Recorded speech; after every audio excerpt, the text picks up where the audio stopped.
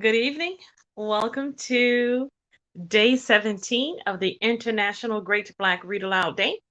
My name is LD Robinson, and it is day 17. We have been reading for 7 days here at the International Great Black Read Aloud Day, or what we affectionately call TIGBRAD. We have been reading for 17 days, and today is Adventure Day. And we're excited about what we're doing here at TIGBRAD. We are giving voice to words written by Black people all around the world.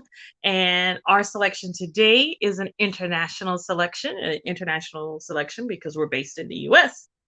And for adventure, um, it's going to be pretty exciting. So we want to remind you of a couple of things. One, that you should go over to our website and subscribe to greatblackreadaloudday.org. You are able to see our reading list there. We upload our selections from the day. We upload those selections at night, and so you are able to see what we are reading. And so our list is current, and if you missed last year's International Great Black Read Aloud Day, our reading list is online as well. So check out the videos and check out our YouTube channel and follow us online at Black Read Aloud. We are out there and we are reading. And so today is Adventure Day, and we're going to get right to our selection for the day. And our selection for today, Adventure Day, is Queenie by Candice Carty-Williams.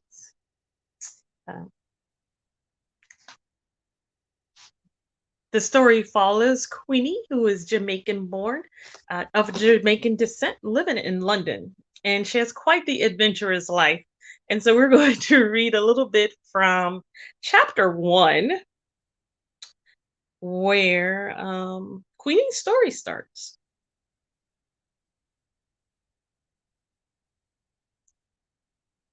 Queenie, this is a text message. I'm in the stirrups now.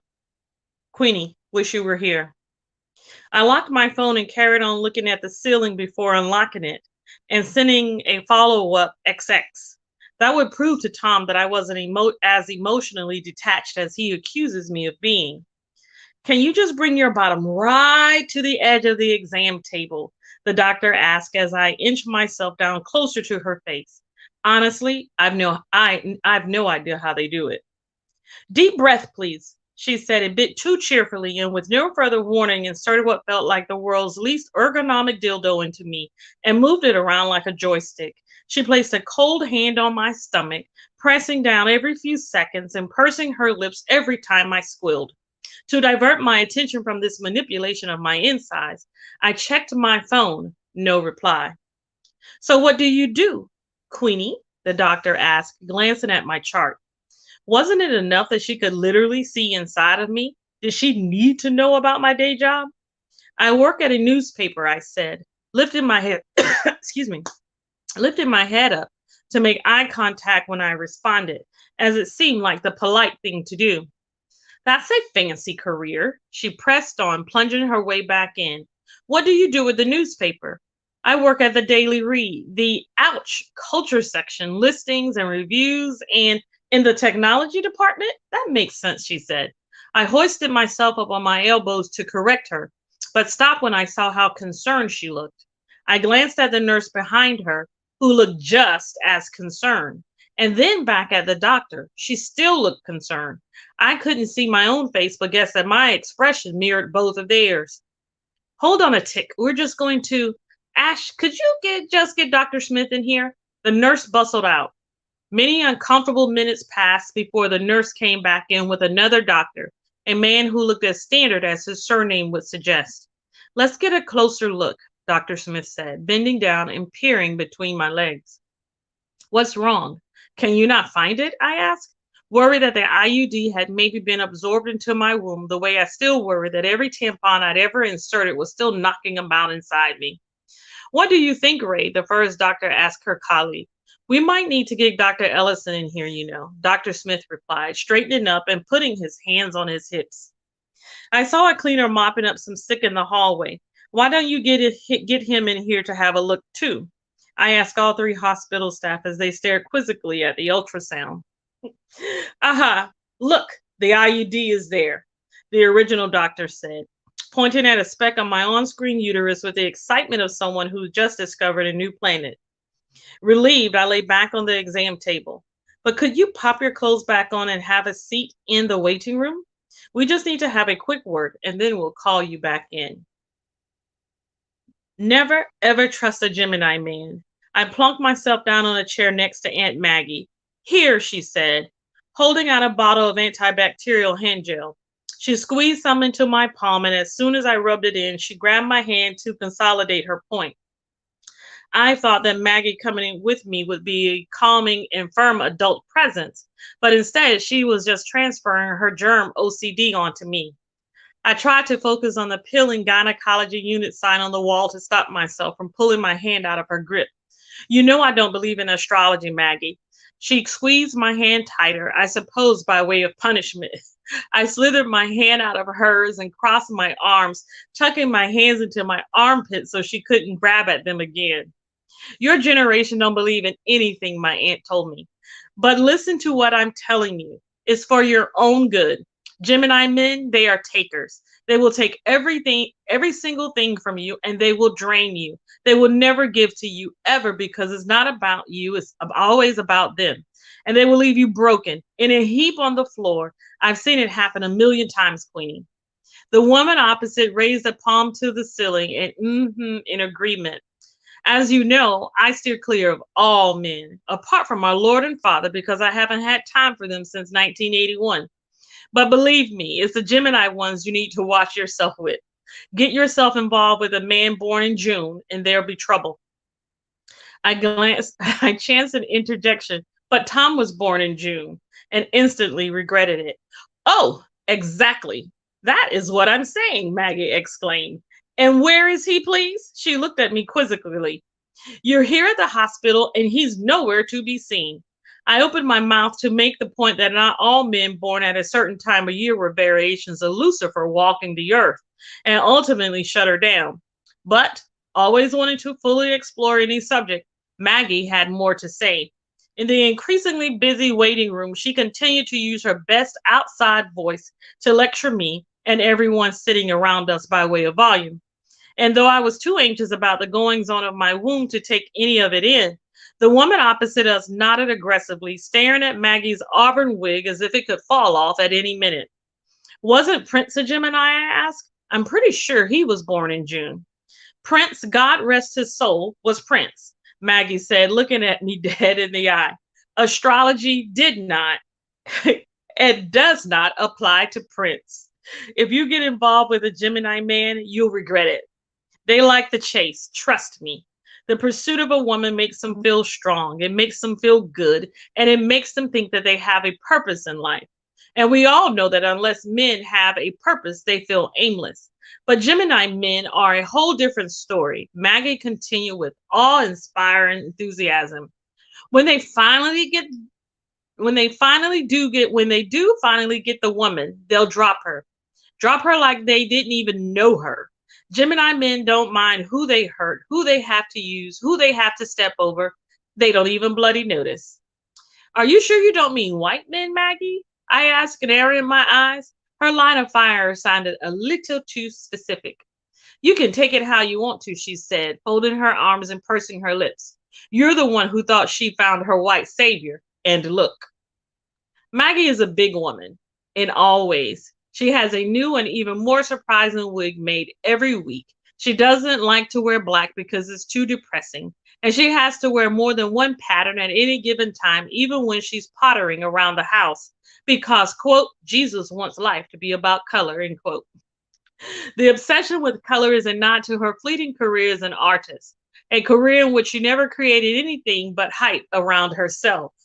Maggie is also intensely religious, but the less ever said about that, the better. My aunt and grandmother always used religion as a stick to beat everyone with, and even to dwell on it for more than 1 second would be to entertain something I don't have time for. I sat on the edge of my seat to prevent the hospital staff from screaming my full name out this time. What's to stop them from looking me up when I'm gone? I asked Maggie, trying to derail her rant. What are the rules? Who's looking you up? She asked me. Anyone in the waiting room, I answered quietly. You're not a celebrity, Queenie, Maggie said. Don't be so paranoid. Queenie Jenkins, the nurse from before, bellowed. I patted Maggie on the knee to signify that I was about to go in and jumped up. She didn't stop talking. The nurse didn't smile back at me. Instead, she placed her hand gently on my shoulder and trotted me down the clinical corridor and led me back into the room that smelled like someone had spilled a bucket of bleach. I glanced nervously at the machine with the intrusive attachment that had bothered me earlier as I hummed lowly in the corner. You can put your things back down there, she said, and pointed to a chair by the door. For the second time, maybe more so this time, I wish it had been Tom in that chair, but I didn't have time to lament because the nurse was staring at me, so I threw my bag on it. Can you remove your tights and your underwear and put your legs back in the stirrups? I'll go and get the doctor. Again? I asked, throwing my head back like a surly teenager. Yes, please. She left the room. I should have worn sweatpants for this, both because I would live in them if I could, and because tights are a complete bath. Putting them on requires half dance, half contortion, and should only be done once in a day in a private sphere. I got my phone out to text my best friend, who was probably doing something less horrifying with her afternoon. Queenie, Darcy, they're asking to examine me for the second time. I'll have had this machine in me more times than I've had Tom in the last few weeks. The doctor, a brisk woman with kind eyes that had clearly seen a lot of women's fear, swept back into the room. She spoke very slowly, explaining that she was going to have one more check of something. I sat up. What are you looking for? You said the IUD was there. She responded by snapping on a pair of latex gloves, so I lay back down. Okay, she said after a pause and a prod. I have asked another doctor for a second opinion, and having had another look is just that. Well, is there any chance you were pregnant, Queenie? I sat up again. My stomach muscles would be shocked into thinking that I was exercising at this rate. I'm sorry, what do you mean? Well, the doctor said, peering at the ultrasound, it looks like you've had a miscarriage. I lifted my hand to my mouth, forgetting that I was holding anything. My phone slipped out of my grip and onto the floor. The doctor paid no attention to my reaction and continued looking at the screen. Why? I asked, desperate for her to look at me, to acknowledge that this news might have affected me in some way. It can happen with most forms of contraception, she told me clinically. Her eyes that I previously thought were kind still fixed on the screen. Most women just don't know about it. At least it's done the job. I lay back on the examination table long after she left the room. Oh, you two will have beautiful children, Tom's grandmother said, staring at us from across the table. Joyce had cataracts, but she could still see their future, it seemed. Your lovely brown skin, Queenie, but lighter, like a lovely milky coffee, not too dark. And Tom's green eyes. Your big hair, Queenie, those dark eyelashes, but Tom's nice straight nose. I looked around to see if anyone else at the table was shocked by what she said, but apparently it was acceptable. I don't think that you can pick and choose like a facial composite, Joyce, I said, fiddling with a pepper grinder. True, Joyce said. It's a shame that. Later on, when we were in bed, later on when we were in bed, I turned to Tom and put my book down. What's wrong with my nose? What do you mean? Tom asked, concentrating on whatever tech article he was reading on his phone. Your grandma. At dinner, she said that our future baby should have your nice straight nose. Ignore her. She's just being old, isn't she? Tom said, putting his phone down on the bedside table. Your nose is nice and squishy. It might be my favorite thing about your face.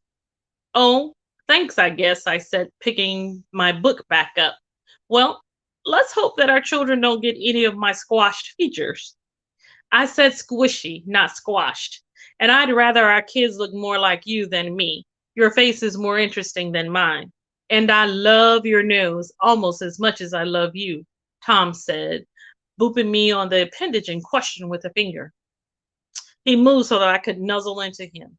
I did, and although I wasn't a person who ever felt particularly safe, Did, but just for a second. So you've thought about it? I asked, looking up at him. Your nose? Sure, I think you've got a lovely nose. He rested his chin on my forehead. No, our children, future babies. Yeah, I've got it all planned out. In 6 years, when we've got a house and I've forced you down the aisle, we'll have children, Tom said, smiling. 3 is the right amount. 3? One is selfish. 2 means they'll always be competing. But when you have 3, they can start looking after each other as soon as the eldest is 8. Okay, okay. 3 coffee colored babies, but milky right, just as Grandma ordered. Our selection for today is Queenie, and so begins quite the adventure for Jamaican descent Queenie living in London, um, and her adventure to self discovery and selling some things with herself and settling some things with her family and making some choices about her life as life comes at her. And our selection, as we said today, for day 17 is Queenie. And we look forward to seeing you tomorrow. We are here just a tad earlier today. Thankfully, we're not borrowing any time from another time zone tonight. And uh, find a book of adventure and live your life. Have your own adventure, because that is what books do. Books take us places and they allow us to see different things, experience different things, go places. And so create your own adventure. Take a risk. It's okay. Um, get out your comfort zone. That is what literature does for us. It takes us out of our comfort zone, particularly when we expand what we read. It allows us to embrace different cultures, embrace different things, consider different ideas, even if we don't agree with them, even after learning about them. We still are aware that they're out there and that they exist. So reading is itself an adventure. And so we are partners with Fresh Book Festivals, where they believe that literacy is a legacy. And that is what we're doing with our selections each month. Every day that we are reading, we are helping to ensure that literacy is a legacy. If you read, read aloud. Read aloud with us. Read aloud to your children. Read aloud to yourself. Things always sound a little bit different when they are out loud. So we will see you tomorrow. We want to remind you that this is the International Great Black Read Aloud Day, and you can follow us online at Black Read Aloud. And we will tell you what tomorrow is. Tomorrow is day 18, and we have things that are ready for tomorrow. And tomorrow, let me take that off. Our brand thing. Okay. Tomorrow is day 18 here at the International Great Black Read Aloud Day. And day 18 is loss, grief, and transition.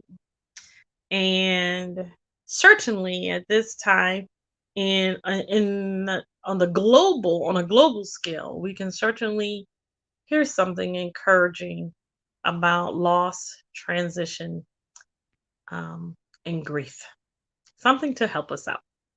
And so we will see you tomorrow here at the International Great Black Read Aloud Day. And have a wonderful night. We're right here and we are excited about what we're doing. And we want you to join us and read aloud too. Good night.